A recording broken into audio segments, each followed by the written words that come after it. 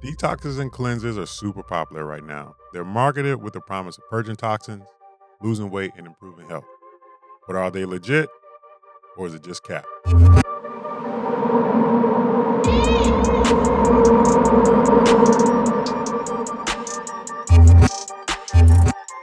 Yo, it's Randy, and welcome to Hustling Pushups, the dopest fitness show on the air, where I offer expert fitness advice, then hit the sarcasm.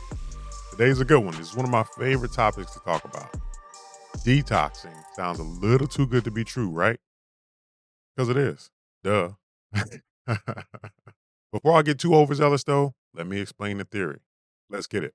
Detoxing refers to the idea that our bodies can be cleansed of toxins, pollutants, and impurities by using herbs, juices, or supplements. My problem with this is the fact that our bodies already do this.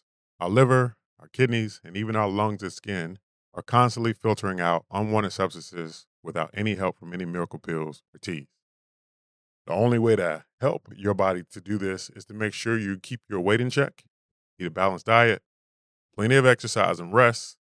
Sound like a broken record, huh? But seriously, if you're constantly feeling sluggish, bloated, or tired, barring any organ dysfunction or digestive issues, like any serious digestive issues, probably because you're fat, not toxic. I'll wait. Other than being ineffective, these things can actually be harmful. Most of the detox products are full of diuretics and laxatives. So that weight you're losing isn't body fat, it's poop and water. Bad thing is, overusing these products can cause dehydration, vitamin, nutrient, and electrolyte imbalances and deficiencies, diarrhea. Come on, man. Freaking diarrhea. Is diarrhea worth it to lose a couple pounds that you're going to gain right back as soon as you eat or drink something anyway? I digress. And they can also cause dependence. So imagine you not being able to take a poop without your special juice because you've deconditioned your boo boo muscles. Yup. As you can see, ironically, detoxes are full of shit. And even though you may not be when you take them, they can be extremely dangerous to your health. So focus on eating enough fiber and an overall balanced diet, making sure you stay properly hydrated, consistently working hard AF in the gym, and getting enough rest.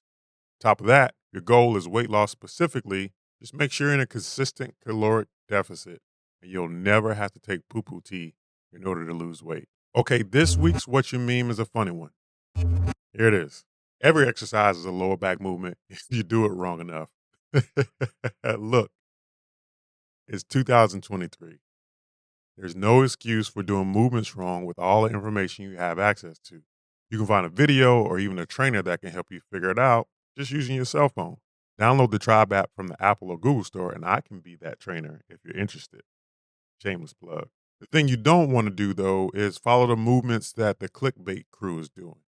You know those ones picking up couches, refrigerators, or using machines upside down to get you to watch because you're tired of seeing the movements done right. Imagine that. Man, I'm a little bit triggered. I'm going to have to go see my therapist. But yeah, seriously, don't do that.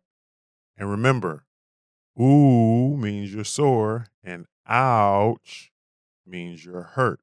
So make sure you go to the doc if you're feeling more ouch than ooh on a regular basis. All right? This week's You Know What They Say is something I hear all the time, and I am TIDE, tired of it. Hey, Randy, I hear you should just do cardio until you lose all your fat and then build muscle. Or his twin cousin, I always just start with cardio because I build muscle too fast and I don't want to look bulky. All right, the answer to the first part of this mess is what? First of all, you'll never lose all of your fat. But if you want to get as close as possible, you should never be just doing cardio. Resistance training helps you build muscle, which in turn helps you burn more body fat. So do both. And guess what? It takes a while to build muscle, which brings me to the second part of this train wreck.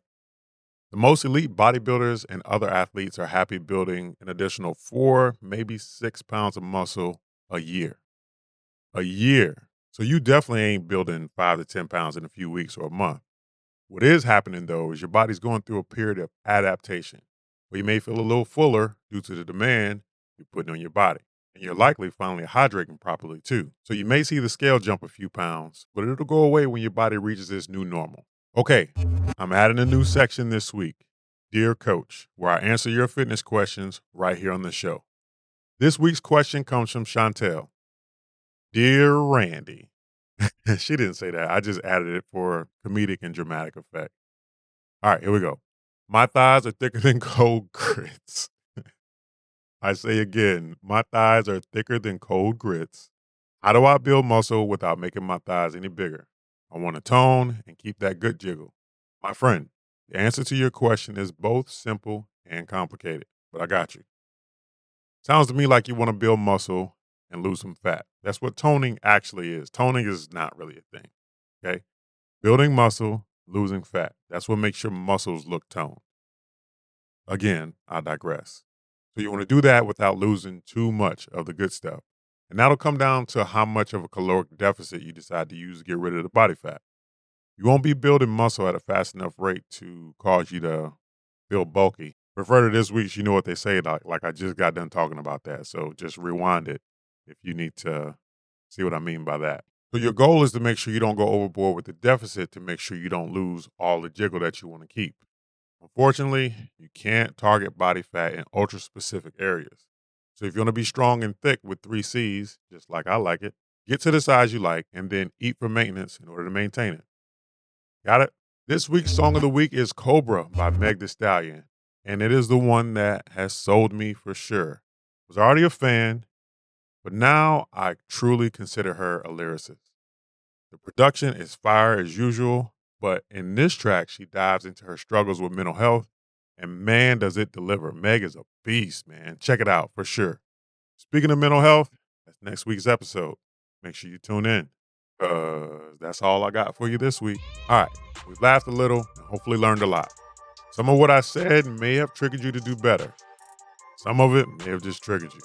That's fine. Always remember, don't blame me. Blame science.